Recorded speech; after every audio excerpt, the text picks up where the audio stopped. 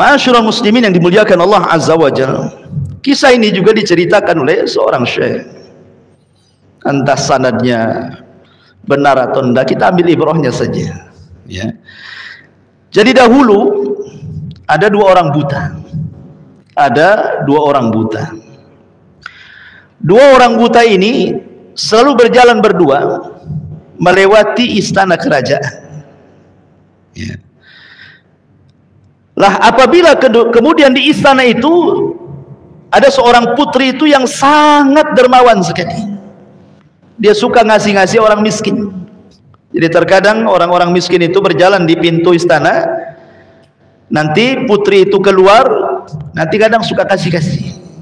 Jadi dua orang buta ini berjalanlah di depan pintu istana ini. Yang satu dia mengatakan, Allahumma rzuqni min fadli zaujatil malik. Jadi kalau putri lagi, istri raja itu lagi berdiri di samping istana, di pintu gerbang istana itu, dia mengatakan, ya Allah, berikan rizki kepadaku dari kemurahan hati istri raja.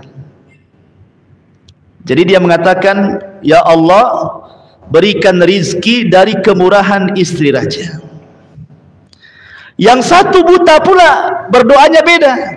Dia mengatakan, Allahumma rzuqni min fadlika ya Rabb. Ya Allah, berikan rizkimu kepadaku ya Rabb. Dia tidak menyebut putri raja atau istri raja tadi. Jadi si putri raja ini akhirnya memberikan kepada yang mendoakan dan memuji dirinya, diberikan dua ayam, ya, ayam yang sudah dipotong-potong tuh, yang masih utuh tapi sudah dicabuti bulunya. Kemudian diletakkan di dalam ayamnya itu, 10 dinar. 10 dinar itu banyak, ya kan? Akhirnya pulang dia. Ini yang buta satu ini, karena dia tidak memuji istri raja ini, dia mengatakan, ya Allah, berikan kata kemurahanmu, hanya dikasih 1 ayam dan dikasih 2 dirham. Jadi yang satunya dikasih 2 ayam 10 dinar, yang ini pula dikasih 1 ayam 2 dirham, lebih kecil, ya. Akhirnya kemudian dengan 2 dirham ini, yang buta ini tidak tahu. Yang pertama itu dia tidak tahu kalau dalam isi ayam itu ada 10 dinar, dia tidak tahu. Jadi si buta yang kedua yang meminta kepada Allah itu, dia mengatakan, gimana kalau saya beli ayammu dengan 2 dirham ini, biar saya ambil ayamnya, kau ambil duitnya. Dia nggak tahu ada duitnya, ya kan? Akhirnya diambil. Nah, besoknya gitu lagi sampai 10 hari. Sampai 10 hari. Akhirnya istri raja ini marah. Marah kepada yang buta pertama itu, yang suka muji-muji dia. Dan mengatakan, ya fulan, tidak cukupkah dengan pemberianku, katanya. Dia bilang, gimana kau hanya ngasih 2 ayam kepadaku? Untuk makan 1 hari cukuplah. Besok makan apa saya, katanya. Maka istri raja mengatakan, waihat, celaka engkau. Aku kasih setiap hari 10 dinar, kau tidak cukup pula, katanya. Kalau dikumpulkan 10 kali 10 sudah 100 dinar kan itu. Udah banyak duitmu tuh. Ya. Kemudian dia mengatakan, aku jual kepada kawanku yang buta setiap hari 2 dirham. Jual. Subhanallah, ikhwan. Akhirnya kata sang putri ini mengatakan sambil tertawa, lihat, engkau tidak pernah meminta rizki kepada Allah, engkau menyandarkan rizki kepada aku. Lihat bagaimana Allah Subhanahu wa taala balik keadaan, ya kan? Maka di sini ada sebuah pelajaran besar, ikhwan. Siapapun yang menyandarkan kepada manusia, pasti Allah hinakan.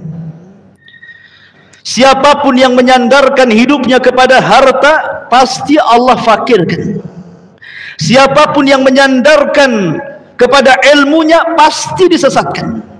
Siapapun yang menyandarkan kepada pangkat dan jabatannya, pasti dihinakan. Siapapun yang menyandarkan kepada dirinya, maka dia akan dibosankan. Tapi siapa yang menyandarkan diri kepada Allah, maka dia akan dimuliakan. Ikhwan, kemuliaan itu ada pada hati kita. Ada pada hati kita. Karena siapapun yang menyandarkan kemuliaan kepada orang, sekali orang itu habis, kita pun jadi habis. Karena ada orang-orang yang menyandarkan kepada orang lain, apabila memandang dia kemudian dia merasa tinggi, apabila dia memandang dia kemudian dia merasa rendah. Ini orang yang hina, ikhwan. Kemuliaan itu ada pada hati kita yang diikatkan dengan Allah Subhanahu wa taala. Makanya Nabi SAW mengajarkan sebuah doa yang luar biasa. Ketika Nabi SAW dia pulang dari Taif dalam kondisi dilempari batu, berdarah-darah, enggak karu-karuan, lari 1 mil bersama Zaid ibn Harithah. Sepanjang jalan Nabi SAW hanya mengatakan, Allahumma ilaika ashku dha'fa quwwati wa qillati hilati wa hawani 'alan nas. Anta rabbul mustad'afin wa anta rabbi. Ila man takiluni? Ila aduwin yatajahamuni aw ila qaribin malaktahu amri. Illam takun alayya sakhatun fala ubali. Subhanallah, indah sekali ini doa Nabi. Jadikan doa ini dalam kehidupan antum, tenang antum. Apa kata Nabi SAW? Ya Allah, aku hanya mengadukan kelemahan kekuatanku kepadamu. Sedikitnya pengalaman dakwahku untukmu, dan hinanya aku di mata manusia. Engkau Rabb orang-orang yang lemah, dan Engkau Rabbku. Kepada siapa lagi aku harus menyandarkan diri? Tetapi ya Rabb, selama Engkau tidak murka kepadaku, aku enggak peduli. Ketika orang-orang Taif melemparkan batu kepadaku, melemparkan apapun yang mereka lempar ke badanku, sampai aku berdarah-darah, kalau ini bukan sebuah kemurkaanmu kepadaku ya Rabb, aku enggak peduli. Yang penting kau masih sayang denganku. Begitulah Rasul menanamkan kemuliaannya dengan cara menyandarkan kepada Allah. Karena ada orang yang kemudian merasa terhina, sehingga ketika Allah Subhanahu wa taala memberikan ujian kepada kita, seolah-olah itu ujian, itu azab dari Allah kepada kita. Dan itu kebanyakan masyarakat seperti itu yang kurang iman. Diuji kefakiran, dia mengatakan, ya Rabb, asik aku saja yang miskin, katanya. Diuji gulung tikar, asik aku saja yang gulung tikar, usaha tidak pernah maju-maju, kok yang lain enak kali, katanya. Ketika anaknya sakit, kenapa anakku terus yang sakit, anak orang sehat-sehat, katanya kan. Jangan pernah ujian itu kemudian Allah menjadi objek celaan. Karena Allah Subhanahu wa taala menguji manusia itu untuk mengetahui siapa yang jujur, siapa yang dusta keimanannya.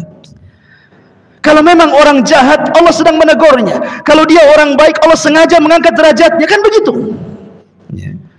Makanya dari sini ma'asyiral muslimin yang dimuliakan, jangan sandarkan sesuatu kepada selain Allah. Karena Allah Subhanahu wa taala mengatakan, walillahil izzatu jami'ah. Milik Allah lah kemuliaan semuanya. Seolah-olah Allah ingin katakan kepada kita, kalau aku muliakan engkau, maka tidak ada manusia yang menghinakan dirimu. Tapi kalau aku hinakan dirimu, maka tidak ada manusia yang mengangkatmu. Maka siapapun yang diangkat oleh Allah tidak akan dihinakan manusia. Siapapun yang dihinakan Allah, tidak ada yang mengangkatnya dari manusia. Memang seperti itu. Karena manusia ini, terkadang kalau kita di atas, mereka tepuk tangan. Ketika kita di bawah, tangan yang tadinya bertepuk-tepuk untuk kita diletakkan pula di mukanya, tidak mau memandang kita. Begitulah manusia. Tetapi orang mulia itu, dia tidak pernah memandang pujian dan tidak pernah memandang celaan. Hatinya la tataghayyar, tidak akan berubah. Dia samakan antara pujian dan juga celaan. Mau memuji silahkan, mau mencela silahkan. tidak menjadi besar karena pujian, tidak pula menjadi kecil karena celaan. Begitulah orang mulia. Itu kaidah itu. Ya. Ma'asyiral muslimin yang dimuliakan Allah Azza wa Jalla. Ini terlalu dalam nih pengajiannya. Ini pengajian sufi nih. Ma'asyiral muslimin yang dimuliakan Allah Subhanahu wa taala. Taib. Ini kisah yang ketiga.